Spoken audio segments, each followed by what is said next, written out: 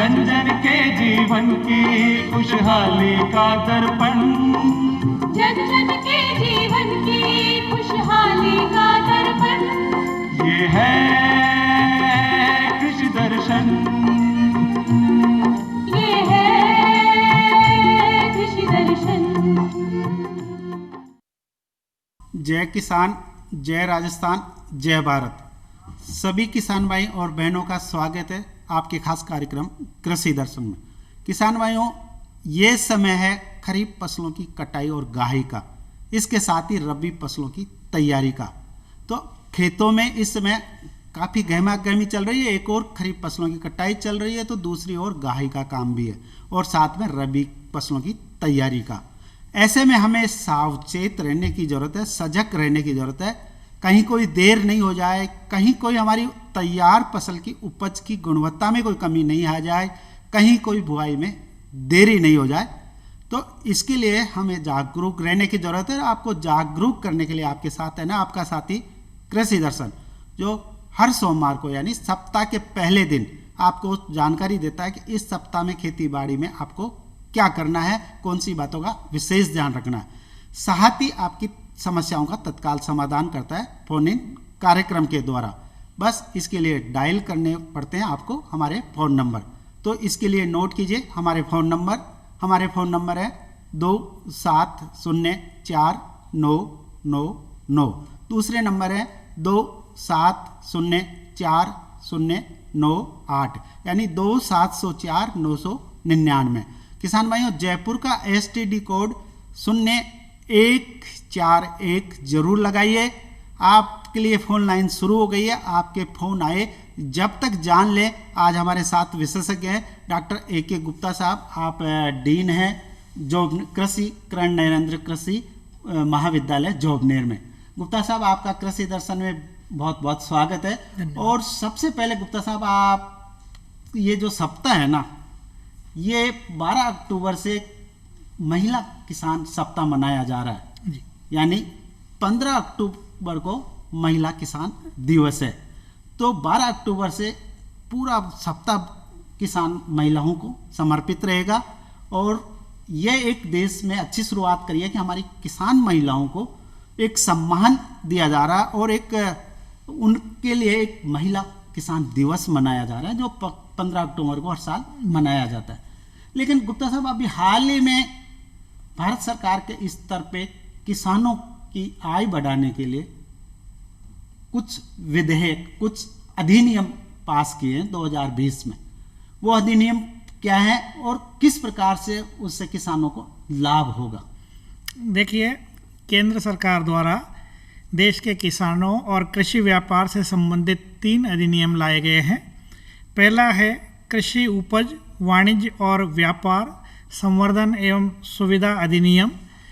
इसका सरल भाषा में समझे तो यूँ है कि वन नेशन वन मार्केट, यानी पूरा देश एक बाजार है और किसान भाई अपनी उपज को, अपने उत्पाद को देश के किसी भी कोने में जहाँ उसको अधिकतम मूल्य मिलता हो वहाँ बेचने के लिए स्वतंत्र है, वहाँ ले जाके वो बेच सकते हैं। तो इसमें क्या कोई व्यापारी या कोई जो प्रोसेसिंग करने वाला वो भी कहीं से भी खरीद सकता है उत्पाद? जी, कहीं से भी खरीद सकते हैं।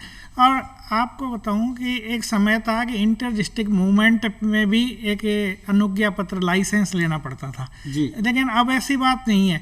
किसान भाई एक ज़िले से क्या बल्कि दूसरे राज्य में भी ले जाके देश के किसी भी कोने में अपने उत्पाद को बेच सकते हैं। उनको कोई लाइसेंस की जरूरत नहीं है, एक उनके पास अपना पैन नंबर होना चाहिए। जी जी। अच्छा डॉक्टर साहब, चूँकि कृषि उपज मंडियाँ भी है जी, ई-नाम भी है जी, और भारत सरकार समय समय पे न्यूनतम समर्थन मूल्य भी MSP घोषित करती है। हाँ।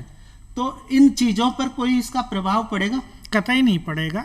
कभी कभी भ्रांतिवश हमारे किसान भाई पूछ भी लेते हैं सवाल करके कि अब न्यूनतम समर्थन मूल्य क्या बेकार हो गए हैं। ऐसा नहीं है, न्यूनतम समर्थन मूल्य जो है वो जारी रहेंगे। और अभी हाल ही में भारत सरकार ने न्यूनतम समर्थन मूल्य वर्ष 20-21 के लिए घोषित भी कर दिए हैं जी। और वो बढ़ा के घोषित किए हैं। जैसे गेहूं के लिए 50 रुपये प्रति क्विंटल बढ़ा के और अभी 1975 रुपये प्रति क्विंटल किए हैं। जी। चना और सरसों में 225 रुपये प्रति क्विंटल की बढ़ोतरी की है। जी। जौ में 75 रुपये बढ़ा के और 1600 रुपये कर दिया है। मसूर में एक साथ 300 रुपये प्रति कुंटल बढ़ा के और 5000 कर दिया। इसी तरह तिलहनी फसलों में कुसुम में भी बढ़ाया है। जी। तो न्यूनतम समर्थन मूल्य तो जारी रहेंगे। जी। इसके अलावा जो हमारी मंडियां हैं, चाहे वो मुख्य मंडियां हो चाहे गौण मंडियां हो, वो बिल्कुल अस्तित्व में रहेगी और वो बंद कुछ भी नहीं होने वाला है। जी। अच्छा डॉक्टर साहब, चूँकि किसान क्या है कि अभी किसान को एक बुआई से पहले ये मालूम नहीं रहता कि उसका किस उपज, किस रेट से, किस दर से उसकी उपज बिकेगी। तो इस संबंध में भी क्या है, इसमें कोई अधिनियम या कोई एक्ट भारत सरकार लाई है? बिल्कुल, उस अधिनियम का नाम है मूल आश्वासन एवं कृषि सेवा समझौता अधिनियम, जो हम एक तरह से कह सकते हैं संविदा खेती।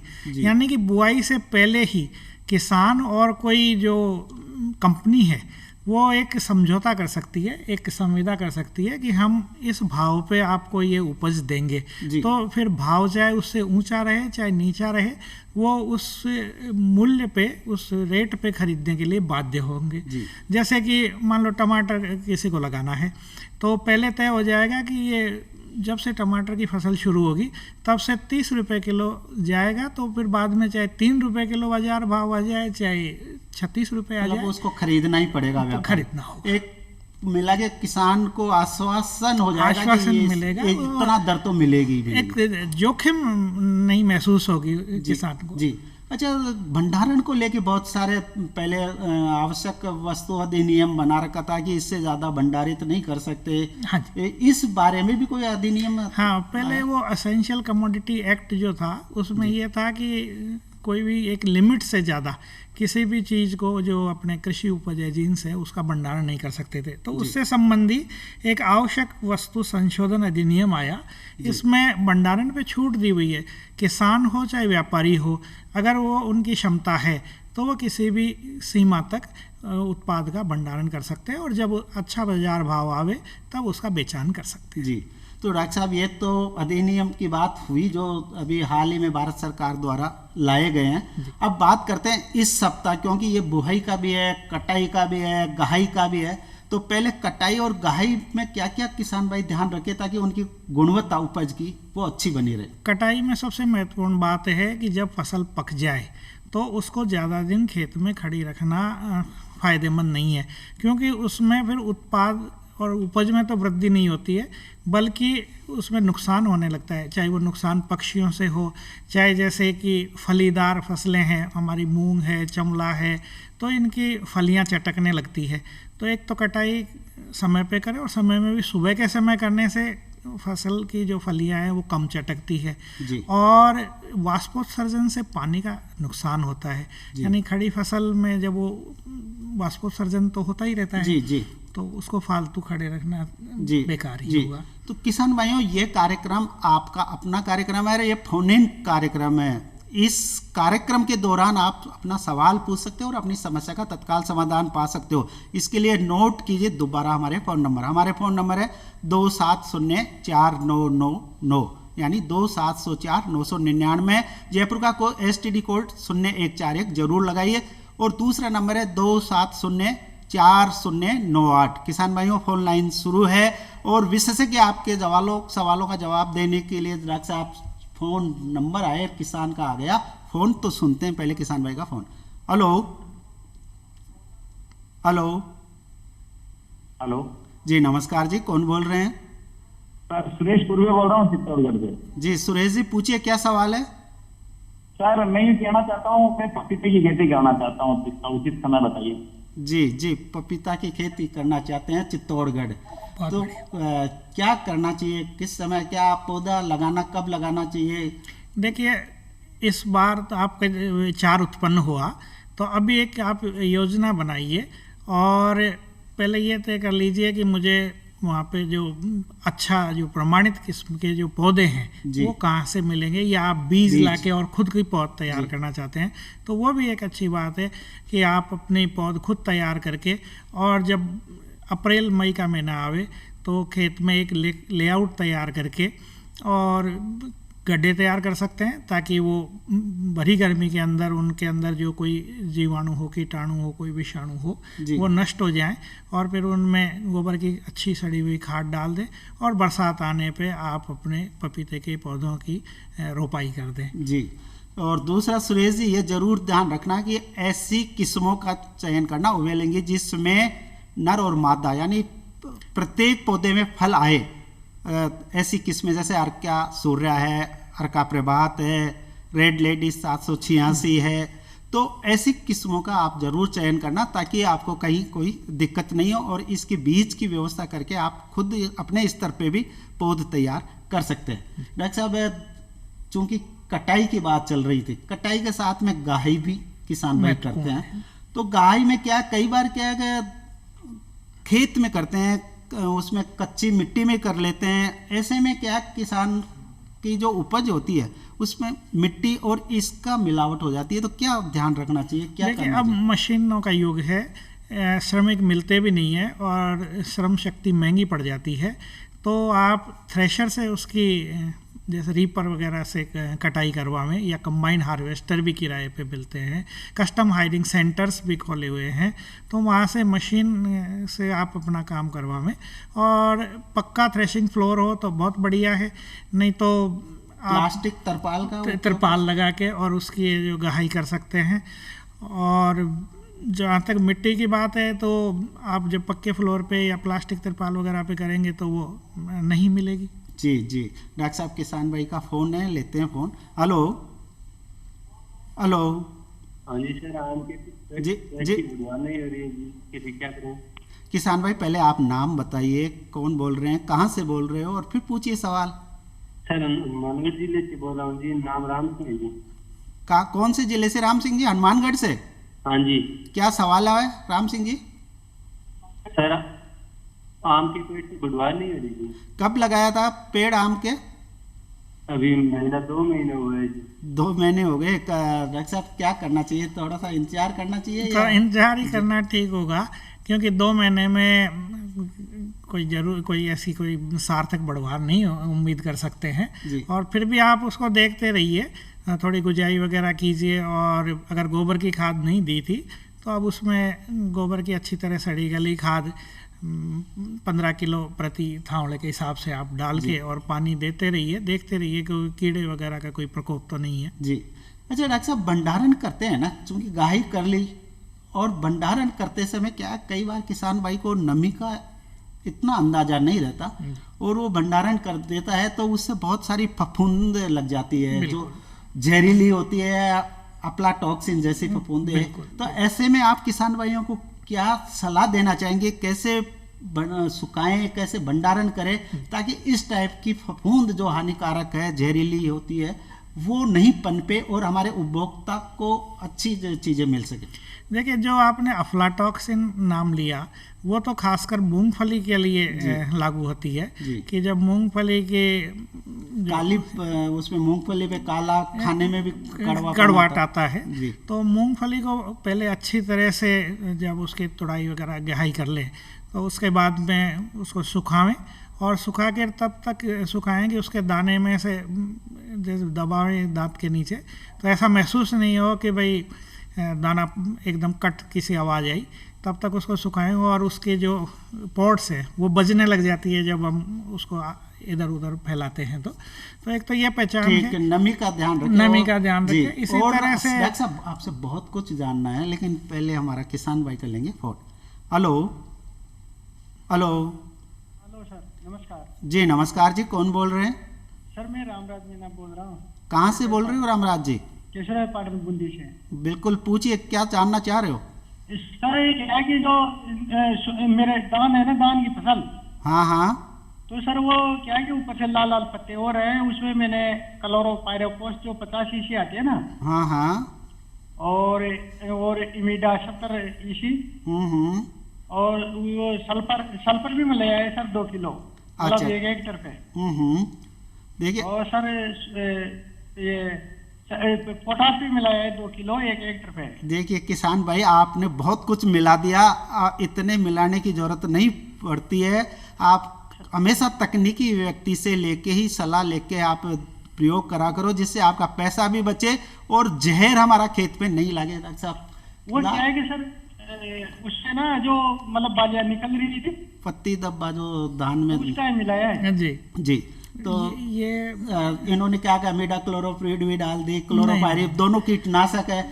बेसिकली फफूंद जनित फफूंद जनित रोग है। तो ऐसे में क्या करना चाहिए, इनको कौन सी दवा का प्रयोग करना चाहिए? अब इस स्टेज में तो आप कुछ ना करें तो ज़्यादा फायदा होगा, अभी कटाई क्योंकि पकने की तरफ फसल अग्रसर है और जितने का आप उसमें दवाई डालेंगे उससे ज़्यादा कोई उपज में बढ़ोतरी होने वाली नहीं है। लेकिन मेरे आपको परामर्श है कि बूंदी से आप जी केशवराव पाटन से हैं तो वहाँ पे बूंदी में कृषि विज्ञान केंद्र है।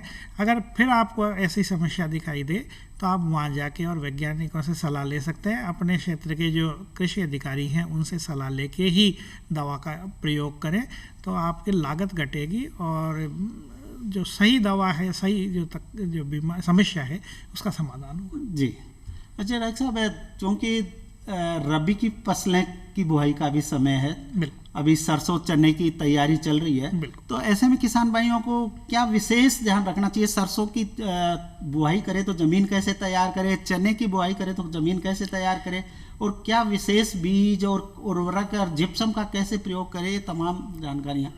देखिए, जो दलहनी और तिलहनी फसलें होती है इसमें गंधक तत्व की ज़्यादा ज़रूरत पड़ती है और हमारे राजस्थान की हल्की मिट्टियों में गंधक की कमी पाई गई है।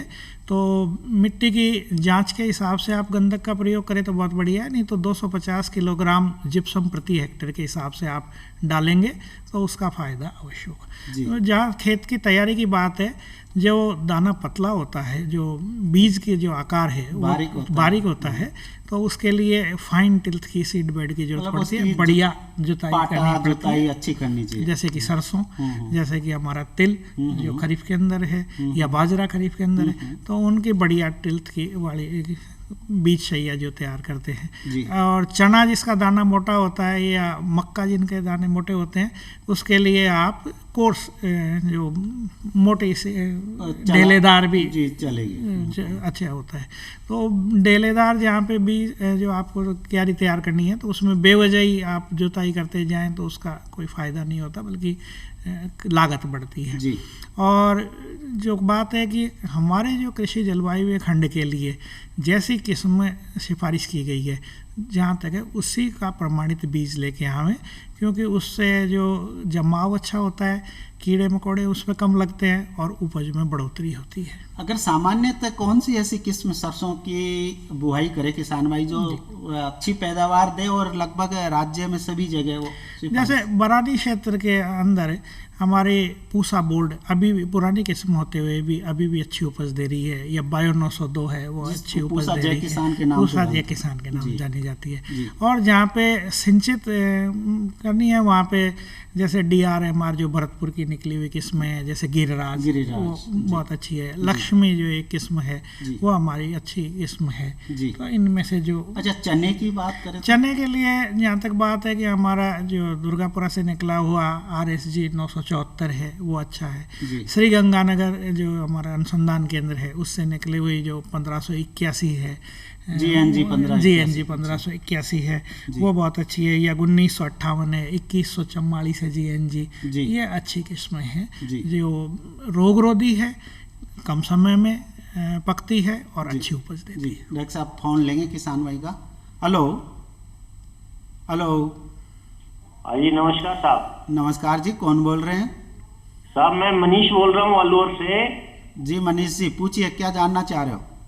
एक पेड़ लगाया था साहब इसका नींबू का, और 5 साल हो गए उस पेड़ को, लेकिन फूल तो काफी आते हैं लेकिन उसमें फल नहीं लग रहा, क्या बात है? डॉक्टर साहब क्या काफी बड़ा हो गया है, क्या करना चाहिए फूलों को फल रोकने के लिए? क्या सलाह देंगे? देखिए, कई बार जब हार्मोनल असंतुलन हो जाता है तो ऐसी समस्या होती है कि फूल आते भी हैं और जड़ जाते हैं, या फिर फूल आते समय आप गहरी सिंचाई दे देते हो, पानी लगातार देते रहते हैं, जिसके कारण से वो फल बनने से पहले ही जड़ जाते हैं। और एक चीज़ होती है कि पेड़ के जो जड़ हैं उसमें जाला बन जाता है, तो वो जाले बनने से भी कभी कभी ऐसा असंतुलन, तो उसमें हमें गोबर की खाद वगैरह देना चाहिए। एक चीज तो आप ये सलाह देना चाहोगे कि फूल आ गए तो पानी देना बंद कर दें, जब तक वो फल मटर के दाने के आकार के ना नहीं हो जाए। जी।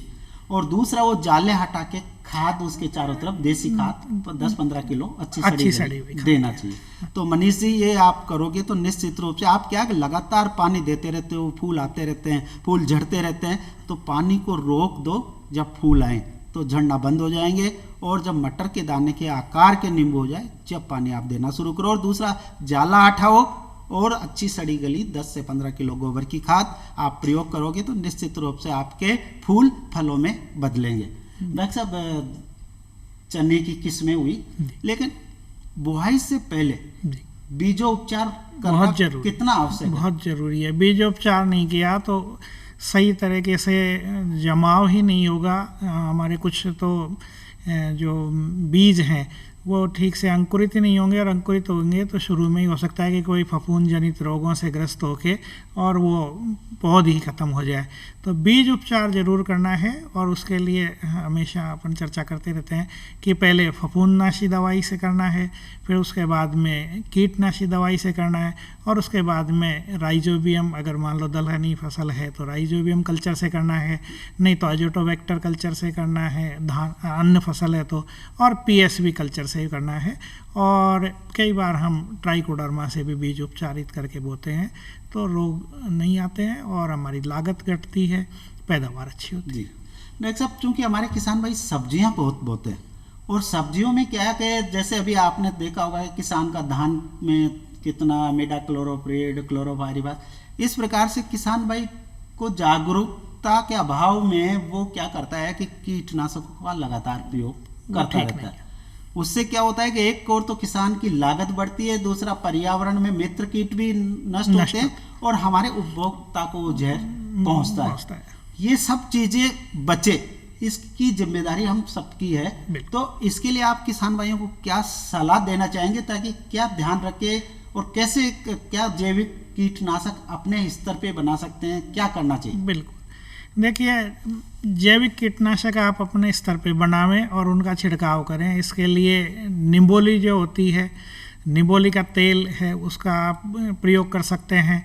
इसके अलावा नीम की जो पत्तियां हैं वो तो 12 महीने ही आपको मिल जाएगी, उन पत्तियों का काढ़ा बना के और उसका छिड़काव करें तो उससे कीटनाशक बनाएंगे तो जैविक नियंत्रण होगा। और जब दवा का इस्तेमाल करना बहुत ही लाजमी हो जाए तो उस स्थिति में दवा का इस्तेमाल तब करें कि आपको लगे कि फल काणे हो गए हैं और कोई दूसरी दवा का ये हमारे जैविक कीटनाशक कारगर नहीं हो रहे हैं, तो पहले फलों की तुड़ाई कर लें जो काणे फसल हैं, बेडोल फसल हैं, और उनके बाद में आप कीटनाशी दवा का इस्तेमाल करें। और एक सुरक्षित प्रतीक्षा अवधि होती है जो 3 से 7 दिन भी हो सकती है या 10 दिन भी होती है, वो उसके बाद में ही आप फल तोड़ें और फिर बाज़ार में उनको धो के और भेजें, तो आपको अच्छा मूल्य भी मिलेगा और जो उपभोक्ता को अनजाने में जहर परोसने में हमारी भूमिका होती वो नहीं होगी। जी, डॉक्टर साहब आपने बोला कि जो फल काणे हो जाते हैं उनको तोड़ के किसान भाई क्या करता है कि सामान्य तो तोड़ता है और वहाँ खेत में डाल देता है, उसकी क्या वो जीवन चक्र कीड़ा पनपता रहता है, तो ऐसे के लिए क्या उनका जीवन चक्र नहीं पनपे और आगे नहीं संतति फैले, उसके लिए क्या करना चाहिए? ऐसे फलों को आप किसी गड्ढे में गाड़ दें और वो अच्छी तरह से सड़ गल लें तो आपके खेत में ही वो एक तरह से जीवांश बन जाएगा थोड़े दिनों के बाद में। पर उनको न तो बाजार भेजें, न खुद के उपयोग के लिए काम में लें, और ना ही ये जो आप मवेशियों को खिलाएं। जी, तो देखिए किसान भाइयों, कीटनाशकों का सुरक्षित उपयोग कीजिए, खेत से घर तक जहर नहीं पहुंचे, इसके लिए आप जागरूक रहिए और जैविक कीटनाशक, नीम आधारित कीटनाशकों का अधिक से अधिक प्रयोग कीजिए। किसान भाइयों, ये कार्यक्रम आपका अपना कार्यक्रम है, इस कार्यक्रम में आप क्या देखना चाहते हैं, क्या जानना चाहते हैं, इसके लिए लिखे हमें पत्र। इसके लिए नोट कीजिए हमारा पता है कार्यक्रम कृषि दर्शन, डीडी राजस्थान, दूरदर्शन केंद्र, जालाना डोंगरी, जयपुर। किसान भाइयों फिर मिलेंगे इसी वादे के साथ, इजाजत दीजिए। जय किसान, जय राजस्थान, जय भारत।